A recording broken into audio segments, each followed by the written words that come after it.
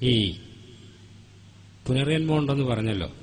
അതിനു മുൻപ് ആരുടെയും ഒരു ചോദ്യത്തിന് ഉത്തരമായിട്ട് സ്വർഗലോകമുണ്ട്, അവിടെ പോയി ജീവിക്കാം, അല്ലെങ്കിൽ കുറ്റങ്ങൾ ചെയ്തവരാണെങ്കിൽ നരകത്തിലും എന്ന് പറയുന്നു. അപ്പോൾ ഈ ജീവൻ മരിച്ചു പോകുന്നു എന്ന് പറയുമ്പോൾ ആ ജീവൻ സൃഷ്ടാവിന്റെ അടുത്ത് പോയി ചേരുവാണെങ്കിൽ പിന്നെ എങ്ങനെ ഒരു ജീവിതം എന്നൊരു സംശയമുണ്ട്. സൃഷ്ടാവിന്റെ അടുത്തേക്ക് ആത്മാവ് തിരിച്ചു പോകുമെങ്കിൽ പിന്നെ എങ്ങനെ ഒരു ജീവിതം എന്നതാണ് അടുത്ത സംശയം. ഞാൻ നേരത്തെ തന്നെ മറുപടി പറഞ്ഞു കഴിഞ്ഞു. സൃഷ്ടാവിന്റെ അടുത്തേക്ക് പോകുന്നു എന്ന് പറഞ്ഞാൽ എന്തിനു വേണ്ടി പോകുന്നു? എന്താ മനുഷ്യ ജീവിതത്തിന്റെ സവിശേഷത? ഞാൻ പറഞ്ഞു, മനുഷ്യന് നന്മ ചെയ്ത് ഉന്നതനാകാൻ കഴിയും, തിന്മ ചെയ്ത് അധമനാകാനും കഴിയും. അപ്പോ മനുഷ്യൻ നന്മ ചെയ്ത് ഉന്നതനാകിയാൽ അതിനുള്ള പ്രതിഫലം അവന് കിട്ടണം. തിന്മയുടെ അധമത്വം, അതിന്റെ ഭീകരത നമ്മൾ കണ്ടു കഴിഞ്ഞതാണ്. തലമുറകളെ നശിപ്പിക്കാൻ മനുഷ്യന് കഴിയും. അപ്പോ അതിനുള്ള പ്രതിഫലവും അയാൾ കിട്ടണം, അങ്ങനെ ചെയ്തവർക്ക്.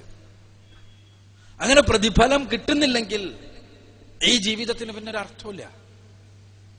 എന്തിന് നന്മ ചെയ്യണം എന്നുള്ള ചോദ്യത്തിന് ഉത്തരവില്ല. എന്തേ തിന്മ ചെയ്തുകൂടാ എന്ന ചോദ്യത്തിന് ഉത്തരമില്ല.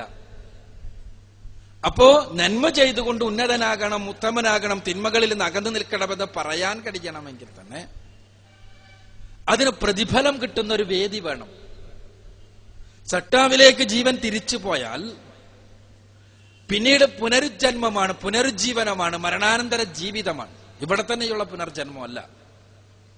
അങ്ങനെ ചില ഹൈന്ദവ വിശ്വാസികൾ വിശ്വസിക്കുന്നുണ്ട്, ഇവിടെ തന്നെ പുനർജനിക്കുകയാണ്.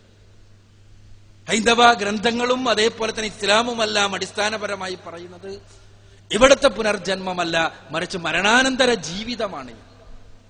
സട്ടാവായ തമ്പുരാൻ നമ്മുടെ കർമ്മങ്ങൾക്ക് കൃത്യമായി പ്രതിഫലം നൽകും. ഇവിടെ നേരത്തെ സൂചിപ്പിച്ചു, ഒരാൾ ആയിരങ്ങളെ കൊല്ലുന്നു ഒരു നിമിഷ നേരം കൊണ്ട്. നമുക്കറിയാം, ഹിരോഷിമയിൽ ഒരാള് ഒരു സ്വിച്ചമർത്തിയാൽ ഒരു സെക്കൻഡ് 10,000-ഓളം മനുഷ്യർ അപ്പോ തന്നെ മരണപ്പെട്ടു. 10,000-ത്തിലധികം മനുഷ്യന്മാർ.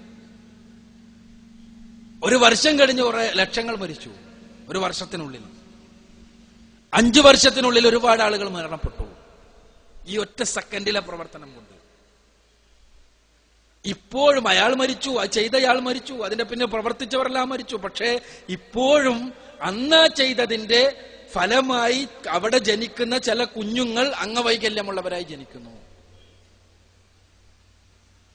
അപ്പൊ ഈ ചെയ്ത ക്രൂരതകൾക്ക് അയാളുടെ ആ ചെയ്തിക്ക് പ്രതിഫലം കിട്ടണം എങ്കിൽ അയാൾ ചെയ്തതിന്റെ അതുകൊണ്ടുണ്ടായ സകല ഫലങ്ങളെയും കുറിച്ച് കൃത്യമായി അനലൈസ് ചെയ്യണം. ഇപ്പൊ അടുത്ത ബ്രിട്ടനിലെ ഒരു കോടതി ഒരാൾക്ക് 10 ലക്ഷം കൊല്ലത്തെ ജീവപര്യന്ത തടവ് കണ്ട് വിധിച്ചു. അയാൾ ചെയ്ത തെറ്റുകൊണ്ട് ഒരാൾക്കും കോടതിക്കറിയാം 10 ലക്ഷം വർഷം ഒരാൾക്ക് കഠിന തടവ് വിധിച്ചിട്ട് കാര്യമില്ല. ജീവപര്യന്തല്ല, 10 ലക്ഷം വർഷത്തെ കഠിന തടവ് കോടതിക്ക് തന്നെ അറിയാം ചെയ്യാൻ പറ്റൂല. പക്ഷെ അയാൾ ചെയ്ത തെറ്റിന്റെ ആഴം മനസ്സിലാക്കി കൊടുക്കുന്നതിന് വേണ്ടിയാണ്. അപ്പൊ യഥാർത്ഥത്തിൽ അയാൾ ചെയ്ത തെറ്റിന് പ്രതിഫലം കിട്ടുമ്പോ അയാൾക്ക് ഈ 10 ലക്ഷം വർഷത്തെ തടവിന് അയാൾ അർഹനാണെങ്കിൽ ആ രൂപത്തിലുള്ള ശിക്ഷ നൽകേണ്ടതല്ലേ? നൽകണം, നമ്മുടെ മനസ്സ് പറയുന്നുണ്ട്. അതിനുള്ള വേദി നീതിമാനായ പടച്ചവൻ. എല്ലാവരും നമ്മൾ പടച്ചവനിൽ വിശ്വസിക്കുന്നു, അവൻ നീതിമാനാണെന്നും വിശ്വസിക്കുന്നു. ആ നീതിമാനായ പടച്ചവൻ അതിനുള്ള വേദി ഉണ്ടാക്കിയേ തീരൂ. ആ വേദിയാണ് മരണാനന്തര ജീവിതത്തിൽ സംഭവിക്കുന്നത്. കർമ്മങ്ങൾക്ക് കൃത്യമായി പ്രതിഫലം ലഭിക്കുന്ന വേദി. നന്മ ചെയ്തവന് നന്മ പ്രതിഫലം, അതാണ് സ്വർഗലോകം. തിന്മ ചെയ്തവന് തിന്മ പ്രതിഫലം, അതാണ് നരകലോകം. ആ ലോകം കടന്നു വരാനുണ്ട്, യാഥാർത്ഥ്യമാണ്. ഞാൻ പറഞ്ഞല്ലോ, ഖുർആനിലൂടെ സഞ്ചരിച്ചു നോക്കുക, ഖുർആനിന്റെ ആശയങ്ങൾ മനസ്സിലാക്കി നോക്കുക. അപ്പോൾ നമുക്ക് ബോധ്യപ്പെടും മരണാനന്തര ജീവിതം ഒരു യാഥാർത്ഥ്യമാണ് എന്ന്. അപ്പോ ചോദ്യത്തിനുത്തരം, മരണത്തിന് ശേഷം പടച്ചവനിലേക്ക് ജീവൻ അല്ലെങ്കിൽ ആത്മാവ്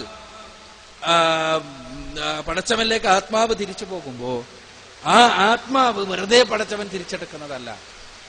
കർമ്മങ്ങൾക്ക് കൃത്യമായി പ്രതിഫലം ലഭിക്കുവാൻ, നൽകുവാൻ അതിന്റെ ഒരു പുനരുജ്ജീവനമുണ്ട്, ഒരു മരണാനന്തര ജീവിതമുണ്ട്.